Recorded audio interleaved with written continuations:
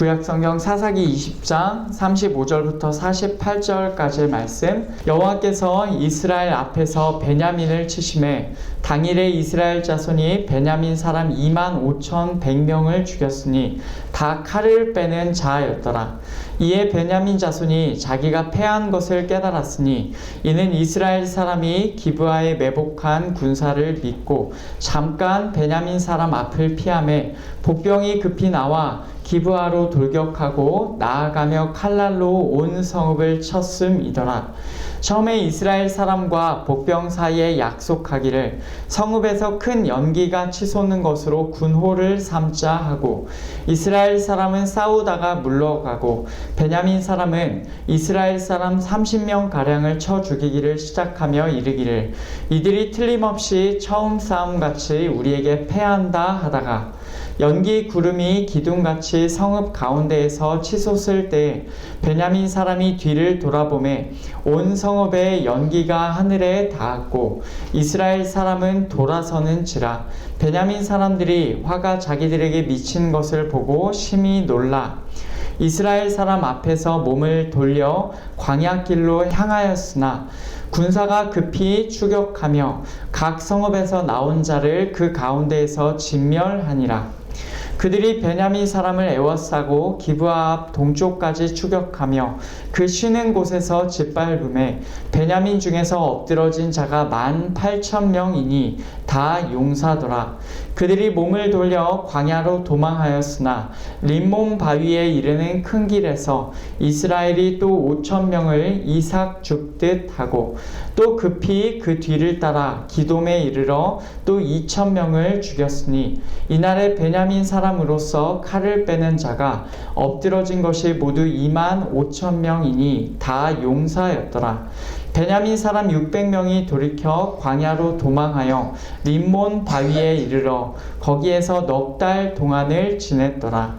이스라엘 사람이 베냐민 자손에게로 돌아와서 온 성읍과 가축과 만나는 자를 다 칼날로 치고 닥치는 성읍은 모두 다 불살랐더라. 아멘.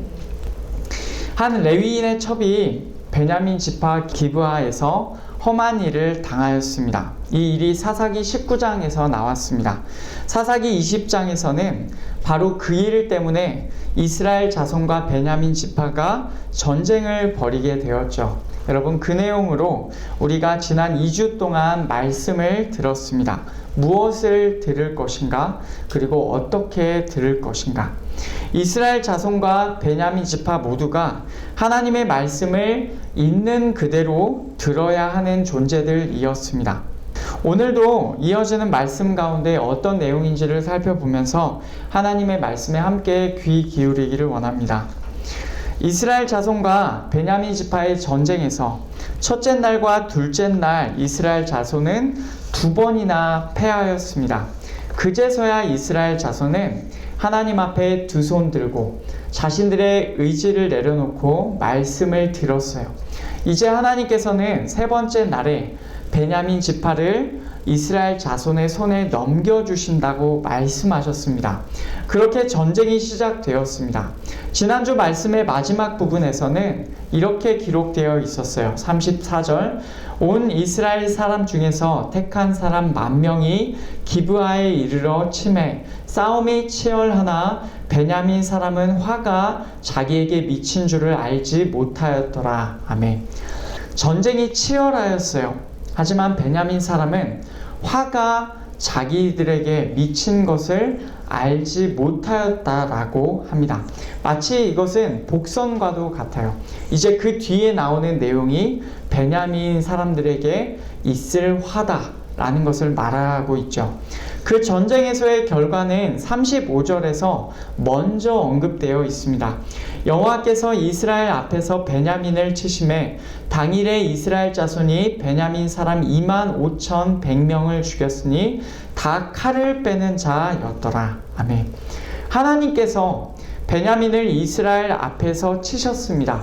결국 그날에 베냐민 지파 25,100명이 죽었습니다.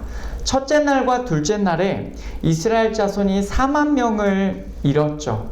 그것보다는 적은 수입니다마는 베냐민 지파 전체의 수에 비교해 볼 때는 엄청나게 많은 수입니다. 베냐민 지파가 몇 명이라고 하였나요? 26,700명이라고 하였습니다. 그 중에서 25,100명이 그날에 죽었다고 해요. 대부분의 병력을 잃어버렸습니다. 이 셋째 날에 이스라엘 자손은 베냐민 지파를 상대로 완전히 승리하였어요. 그리고 성경에서는 이것을 하나님께서 베냐민을 이스라엘 앞에서 치셨다라고 기록하고 있습니다. 하나님께서 이스라엘 자손을 약속대로 셋째 날에 승리하게 해주신 것입니다. 그 과정이 앞에 29절부터 나와 있었는데 그 구체적인 과정이 36절부터 다시 한번 언급됩니다. 이스라엘 자손은 사람들을 기브아 주위에 매복시켜 놓았습니다. 셋째 날에 전쟁이 시작되었을 때 이스라엘 자손과 그들의 매복된 군사들은 서로 미리 짜놓은 약속대로 움직였어요. 이스라엘 자손은 싸우다가 물러갔고 베냐민 지파가 약 30명의 이스라엘 군대를 쳤어요. 베냐민 지파는 이렇게 생각합니다.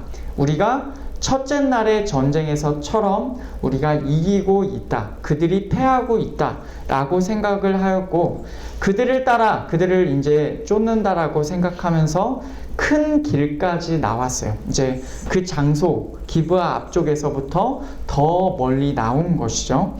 그때 이미 기브아 주위에 있던 매복한 군사들이 기브아로 일어나서 기습합니다. 그래서 그 성을 쳤고 그리고 미리 약속된 신호를 보냈습니다. 40절부터 보시면 연기 구름이 기둥같이 성읍 가운데서 치솟을 때라고 되어 있죠.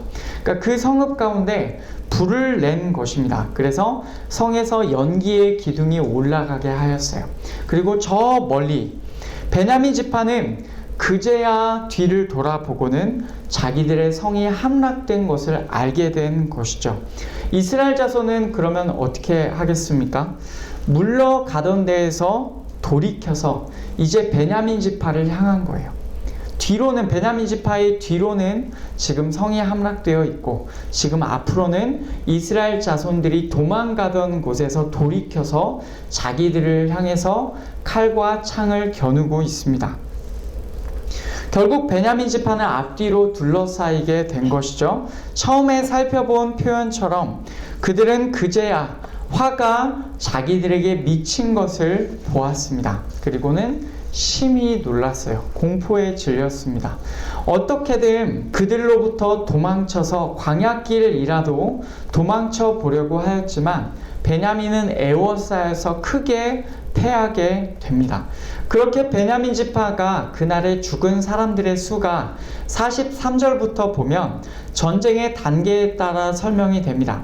처음에 기브아 동쪽에서 18,000명이 엎드러졌다라고 하죠. 그리고 45절을 보시면 광야 큰 길에서 이스라엘이 또 5,000명을 이삭 줍듯 하였다. 다시 말해서 베냐민 지파의 5,000명이 죽었다라고 합니다.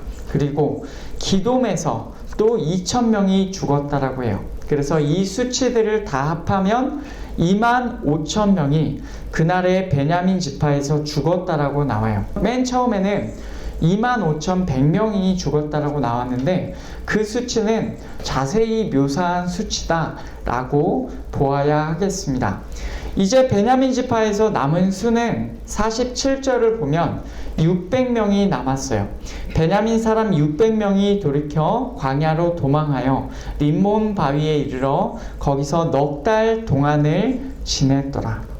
전체 26,700명에서 그날에 25,100명이 죽었고 600명이 남았다라고 해요. 그러면 남은 1,000명 정도는 아마도 그날 전쟁에서 실종되었거나 도망하였거나 아니면 포로로 잡혔거나 아니면 첫째 날이나 둘째 날 전쟁에서 손실되었다라고 우리가 보는 것이 좋습니다.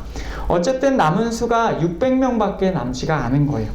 26,700명에서 600명만 생존한 것입니다. 그들은 광야로 도망하였고 림몬 바위에 이르러서 거기서 4달을 지냅니다. 이제 내용은 21장에서 베냐민 지파가 역사 속에서 사라질지도 모른다 라는 내용으로 이어지게 되는데, 그 내용은 다음 주에 살펴보겠습니다. 이제 이 전쟁에서 승리한 이스라엘 자손은 48절을 보면 베냐민 자손의 성읍들을 다 칩니다. 이스라엘 자손이 베냐민 자손에게로 돌아와서 온 성읍과 가축과 만나는 자를 다 칼날로 치고 닥치는 성읍은 모두 다 불살랐더라. 온 성과 가축과 모든 발견되는 자들을 칼로 쳤고 발견되는 모든 성들을 불살랐어요. 이 내용 역시도 우리가 다음 주 말씀에서 한 번 더 생각해 보겠습니다. 여러분, 여기까지가 오늘 말씀의 내용이에요. 이스라엘 자손이 세 번째 날의 전쟁에서 하나님의 말씀대로 크게 베냐민 지파를 이겼습니다. 하나님께서 그날에 베냐민 지파를 이스라엘 앞에서 치신 거예요. 첫째 날과 둘째 날, 그리고 셋째 날까지 이스라엘 자손과 베냐민 지파는 이렇게 전쟁을 벌였습니다. 첫째 날과 둘째 날에는 이스라엘 자손이 2번이나 패배하였어요. 셋째 날에는 어땠습니까? 베냐민 지파가 크게 패배하였습니다. 그러면 양쪽 중에서 누가 승리한 것입니까? 그래도 최종적으로 승리한 이스라엘 자손이 승리했다고 보아야 하겠습니까? 아니면 죽은 사람의 숫자로 볼 때 베냐민 지파가 비록 마지막에 졌긴 했지만 졌더라도 상당히 잘 싸웠다라고 보아야 하겠습니까? 사실 이 전쟁에서는 이스라엘 자손이나 베냐민 지파 중 누구도 승리하지 않았다라고 보는 것이 옳습니다. 우리는 오직 이 과정과 결과를 보면서 이 전쟁의 주인이 하나님이심을 다시 한번 기억해야 합니다. 이 모든 전쟁에서 승리는 오직 하나님께만 있었어요. 이스라엘 자손도 아니었고 베냐민 지파도 아니었고 오직 하나님의 뜻만이 이루어졌습니다. 오늘 말씀에서 그래서 이스라엘 자손이 승리하였다라고 기록하지 않고 처음에 전체를 조망하면서 설명할 때 하나님께서 베냐민 지파를 이스라엘 앞에서 치셨다라고 합니다. 그 전쟁에서 하나님께서 베냐민 지파를 치신 겁니다. 그리고 전체적으로 보면 하나님께서 양쪽 모두를 심판하신 거예요. 베냐민 지파를 치셨고 이스라엘 자손을 2번에 걸쳐서 치신 거예요. 물론 베냐민 지파의 죄가 컸죠. 그래서 결과적으로 그들의 피해가 매우 컸습니다. 이들의 큰 피해는 거슬러 올라가면 기브아 사람들이 하나님 앞에서 행하였던 죄를, 그리고 그 죄를 덮으려고 하여서 그들의 악을 돌려받은 것이다 라고 우리가 볼 수가 있어요. 오늘 말씀 45절을 보면 거기에 이런 표현이 나옵니다. 이스라엘이 또 5,000명을 이삭 줍듯 하고. 이삭 줍듯 하고, 여러분 이 말이 어떤 말입니까? 이삭을 줍는 것, 뭔가를 거둔다는 표현, 그래서 내 걸로 만든다, 그런 의미로 읽히죠. 그런데 이 표현이 19장에서도 나온 적이 있습니다. 19장에서 기브아 불량배들이 레위인의 첩을 능욕하였다 라는 표현으로 쓰였어요. 거두다와 능욕하였다 혹은 직역하면 악하게 행동하다, 거두다 그리고 악하게 행동하다, 뜻은 다르지만 같은 단어의 서로 다른 활용형입니다. 그러니까 2번 이 단어가 서로 다른 활용형으로 쓰인 거예요. 이 단어는 사사기 전체에서 딱 2번 나왔는데 바로 여기 2번입니다. 관련이 있는 것 같으시죠? 또한 41절을 보면 화라는 표현이 나옵니다. 베냐민 사람들이 화가 자기들에게 미친 것을 보고 심히 놀라 라고 되어 있죠. 화가 자기들에게 미쳤다, 직역하면 악이 자기들에게 닿았다 라는 표현입니다. 이 표현 역시 원래는 13절에서 이스라엘 자손이 한 말에서 사용된 표현입니다. 이스라엘 자손이 베냐민 자손들에게 뭐라고 말했습니까? 그런즉 이제 기브아 사람들 곧 그 불량배들을 우리에게 넘겨주어서 우리가 그들을 죽여 이스라엘 중에서 악을 제거하여 버리게 하라 라고 말을 했어요. 기브아 불량배들, 레위인의 첩에게 악한 일을 행한 기브아 불량배들을 넘겨주어라. 우리가 그래서 그들을 죽일 거다. 그래서 이스라엘 중에서 악을 제거하자라고 하였어요. 그러나 베냐민 자손은 이 말을 거절하였고 전쟁까지 벌입니다. 그때 베냐민 자손이 제거하지 않기로 선택한 이 악이 도로 자기들에게 돌아왔다라고 말할 수가 있는 것입니다. 화라고 한 곳에서는 화라고 번역되었고 한 곳에서는 악이라고 번역된 이 단어가 원래는 같은 단어입니다. 그래서 베냐민 사람들이 제거하기를 거절한 이 악이 자기들에게 다시 악으로 돌아온 것이다 라고 우리는 그렇게 읽을 수가 있어요. 이것으로 볼 때 베냐민 지파는 하나님의 법대로 행하지 않고 기브아 불량배들의 죄를 덮으려고 하였기 때문에 그들의 악으로 인하여 원래는 그들이 벌을 받아야 하는데 그것을 덮고 그들의 악을 내어주기를 거절하였기 때문에 그들이 받을 악을 하나님께로부터 함께 모두가 받은 것이다 라고 우리가 볼 수가 있어요. 이스라엘 자손은 어떠합니까? 그들도 베냐민 지파와 같은 처지에 처하더라도 이상하지 않을 정도로 사실은 징계를 받았습니다. 첫째 날과 둘째 날의 전쟁에서 패배하였던 거예요. 그때 그들이 잃은 병력의 수가 4만이었고 전체 40만의 10분의 1에 해당되는 병력이었습니다. 사실은 10분의 1만이 아니라 10분의 10, 그들의 전체가 그렇게 되더라도 이상하지 않을 정도였어요. 왜 그렇습니까? 이제까지 우리가 살펴본 사사기의 내용들이 사실은 이스라엘 자손 전체의 삶의 모습이기 때문에 그렇습니다. 사실은 그들 전체가 하나님 앞에서 죽임을 당하여도 모자라지 않을 정도로 이미 그들의 삶 가운데 충분하게 악해져 있었기 때문입니다. 단지 베냐민 지파 혹은 기브아 불량배들의 문제만이 아니라 그 이전에 살펴보았던 수많은 죄악들이 이스라엘 전체의 모습을 보여주고 있었어요.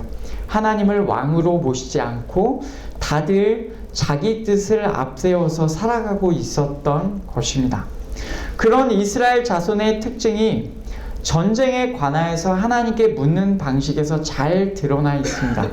첫째 날의 전쟁과 둘째 날의 전쟁을 앞두고서 그들은 하나님께 묻는다고 묻지만 계속해서 자기들의 뜻을 앞세웠어요.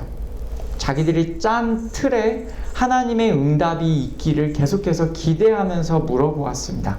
그러다가 둘째 날까지 패배하고 나서야 그들 모두가 하나님 앞에 엎드렸어요. 그리고는 비로소 이렇게 여쭈었습니다. 우리가 다시 나아가 내 형제 베냐민 자손과 싸우리이까 말리이까? 이 질문이 나오기까지 두 번의 패배를 통하여서 얼마나 그들이 징계를 받았는지 여러분 아시겠죠? 그래서 이 전쟁에서의 승리는 이스라엘 자손도 아니고 베냐민 지파는 더더욱 아닙니다. 오직 이 전쟁에서 하나님의 뜻만 분명하게 드러났기 때문에 이 전쟁에서의 승리는 하나님께 있었습니다. 결국 우리는 이 내용 앞에서 이제 이 질문을 던져야 할 때가 되었습니다. 왜 들어야 하는가? 이제까지 우리는 무엇을 들어야 하는가? 어떻게 들어야 하는가? 이것을 질문하였고 답을 얻었습니다. 무엇을 들어야 하는가에서 우리는 하나님의 말씀을 들어야 한다고 대답하였습니다. 어떻게 들어야 하는가에서 우리는 두 손 들고 백지 상태로 하나님의 말씀을 있는 그대로 들어야 한다라고 대답하였어요. 이제 하나님의 말씀을 왜 들어야 하는가라는 질문에 여러분 우리는 뭐라고 답하겠습니까? 이스라엘 자손과 베냐민 지파가 이 전쟁에서 하나님께 받은 징계를 우리가 한번 생각해 보기 원합니다. 이스라엘은 하나님의 말씀을 제대로 들으려 하지 않고 자기들의 틀 안에서 응답을 구했어요. 그나마 우리가 부드럽게 말해서 이 정도의 표현이고, 사실은 그들이 하나님을 왕으로 모시려 하지를 않았어요. 결국 하나님께서는 그들로 하여금 첫째 날과 두 번째 날의 전쟁의 패배를 통하여서 징계하셨어요. 그 이후에 이스라엘이 어떻게 됩니까? 하나님의 말씀에 제대로 귀 기울이게 되죠. 반면에 베냐민 지파는 하나님의 말씀을 들으려 했다는 기록 자체가 아예 나오지가 않아요. 그들은 기브와 불량배들을 넘겨 악을 제거하라는 이스라엘 지파를 통해 말씀된, 선포된 하나님의 뜻도 거절합니다. 결국 그들은 한 번 패하였지만 자신들의 거의 모든 것을 잃을 정도로 패배하였습니다. 이런 결과 앞에서 우리는 이렇게 말할 수가 있어요. 하나님의 말씀을 듣는 길이 가장 안전하다. 왜 들어야 하는지라는 질문에 우리는 이렇게 답할 수 있게 되었어요. 이스라엘 자손과 베냐민 지파가 하나님께 받은 징계들을 볼 때 우리는 하나님의 말씀을 듣는 것이 좋다라고 말할 수가 있죠. 다시 말해서 하나님의 말씀을 듣는 길이 가장 형통한 길이기에 우리는 하나님의 말씀을 들어야 합니다. 이 내용을 조금 더 풀어서 생각해 보겠습니다. 하나님의 말씀을 듣는 길이 가장 형통한 길이다. 이것을 조금 더 풀어서 우리가 요한 1서 말씀을 통해서 살펴보기를 원합니다. 요한 1서 5장에서는 이것을 이렇게 표현합니다. 하나님께로부터 난 자는 다 범죄하지 아니하는 줄을 우리가 아노라. 하나님께로부터 나신 자가 그를 지키심에 악한 자가 그를 만지지도 못하느니라. 아멘. 하나님께로부터 나신 자가 그를 지키심에 악한 자가 그를 만지지도 못한다라고 해요. 아까 베냐민 지파가 징계를 받을 때 성경에서 뭐라고 써졌는지 기억하십니까? 화가 자기들에게 미쳤다. 그죠? 악이 그들에게 닿았다라고 표현하였습니다. 여기에서는 그것과 비슷하지만 반대의 뜻입니다. 악한 자가 닿지도 못한다. 아까 앞에서는 악이 그들에게 닿았다라고 했는데 여기서는 악한 자가 닿지도 못한다라고 표현해요. 반대의 뜻입니다. 악한 자가 닿지도 못하는 그는 누굽니까? 하나님께로부터 나신 자가 그를 지키신다라고 되어 있죠. 그가 누굽니까? 18장 처음을 보면은 하나님께로부터 난 자입니다. 하나님께로부터 난 자가 바로 그 악한 자가 만지지도 못하는 자라고 해요. 그러면 하나님께로부터 난 자라는 것은 어떤 사람을 말합니까? 요한일서 4장에서는 같은 의미로 이렇게 표현합니다. 하나님께 속한 자. 그들은 세상에 속한 고로 세상에 속한 말을 하며 세상이 그들의 말을 듣느니라. 우리는 하나님께 속하였으니 하나님을 아는 자는 우리의 말을 듣고 하나님께 속하지 아니한 자는 우리의 말을 듣지 아니하나니 진리의 영과 미혹의 영을 이로써 아느니라. 아멘. 여기서 사도 요한은 그들과 우리를 대조하는데 우리가 하나님께 속하였다라고 해요. 아까 하나님께 속한 자를 얘기를 했죠. 그 대상이 누굽니까? 우리라고 해요.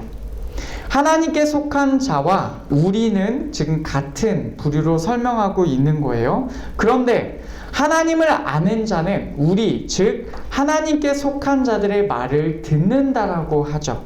그러면 하나님께 속한 자나 하나님을 아는 자는 같은 부류로 설명이 되는 겁니다. 즉 하나님께로부터 난 자는 하나님께 속한 자와 같고 그는 곧 하나님을 아는 자입니다. 다 연결되는 개념이죠. 그러면 하나님을 아는 자는 어떤 사람이냐라는 질문을 할 수가 있는데 요한일서를 더 거슬러 올라가면 요한일서 2장에서 예수 그리스도를 설명하면서 그분을 아는 것을 이렇게 설명합니다. 1절과 2절에서 먼저 예수 그리스도를 설명을 해요. 그리고 3절을 보시면 우리가 그의 계명을 지키면 이로써 우리가 그를 아는 줄로 알 것이요 라고 말합니다. 우리가 그분의 계명을 지키면 우리가 그분을 아는 줄로 안다라고 해요. 반대로 그분을 안다라고 하면서 그분의 계명을 지키지 아니하는 자는 거짓말하는 자요 진리가 그 속에 있지 않다라고 해요. 결국 예수님을 아는 자는 어떤 자입니까? 예수님의 계명을 지키는 자입니다. 바꿔 말해볼까요? 예수님, 여기선 예수님이라고 했는데 예수님을 성부 하나님으로 바꿔보겠습니다. 하나님을 아는 자는 하나님의 말씀을 지키는 자입니다. 하나님의 말씀을 지키기 위해서는 먼저 하나님의 말씀을 들어야 하겠죠. 결국 이 내용을 전체적으로 요약해보면 이렇게 됩니다. 하나님의 말씀을 듣고 지키는 자는 하나님을 아는 자와 같습니다. 하나님을 아는 자는 하나님께 속한 자입니다. 하나님께 속한 자는 그분으로부터 난 자입니다. 결국 하나님의 말씀을 듣고 지키는 자, 이것이 결국 하나님께 속한 자와 연결이 되는 거예요. 그 하나님의 말씀을 듣고 지키는 자를 하나님께서는 악한 자가 만지지도 못하게 해주신다라고 하세요. 그는 오늘 말씀에서 베냐민 지파가 당한 일을 겪지 않을 것입니다. 그는 형통한 길을 걸어갈 거예요. 그렇다면 사도 요한의 표현대로라면 우리는 하나님의 말씀을 왜 들어야 합니까? 그것은 우리가 하나님께 속한 자이기 때문입니다. 우리는 세상에 속한 자가 아니고 하나님께 속한 자이기 때문에 하나님의 말씀을 듣습니다. 그리고 그렇게 하나님께 속한 자로서 하나님의 말씀을 듣는 자들은 하나님 안에서 형통한 길을 걷습니다. 하나님께서 악한 자가 그를 닿지도 못하게 보호하여 주신다라고 약속하십니다. 그래서 우리는 하나님의 말씀을 들어야 합니다. 여러분, 그것이 우리를 향한 하나님의 부르심이에요. 하나님께서는 우리를 당신의 말씀을 듣는 자들로 불러주셨어요. 우리는 하나님께 속한 자입니다. 하나님의 말씀을 듣는 자들입니다. 들어야 하고 지켜야 해요. 모든 것의 주인이시고 모든 것에서 승리를 거두시는 하나님께서 우리에게 약속해 주셨습니다.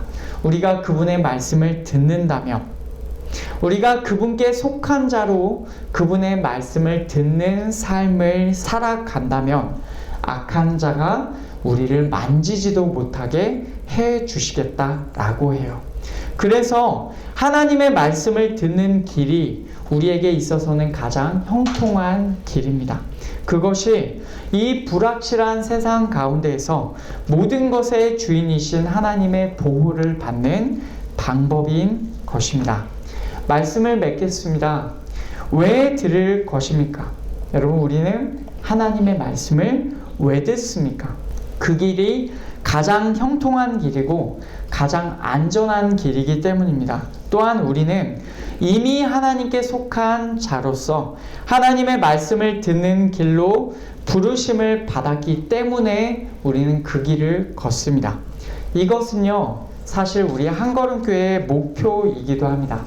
우리 한걸음교회 주보를 보시면 뒷면에 우리 교회 소개가 나와 있는데 거기에 이렇게 되어 있어요. 한걸음교회는 말씀과 기도에 헌신하여 우리에게 주시는 하나님의 말씀에 순종하는 것을 교회의 최고의 목표로 삼습니다. 함께 기쁨으로 이 길을 걸어가실 분을 초대합니다 라고 되어 있죠. 여러분, 이것은 우리 교회의 목표이자 목적이기도 합니다. 하나님의 말씀을 듣는 것, 그리고 그 하나님의 말씀을 지키는 것, 하나님의 말씀을 순종하여 이 불확실한 세상 가운데 가장 확실하고 안전하고 형통한 길을 걸어가는 것. 여러분, 이제 이 길을 함께 걸어가시기를 원합니다. 이제는 하나님께 속한 자로서 하나님의 말씀을 들으면서 가장 형통한 길로 이 땅 가운데 걸어가게 되시기를 축복합니다.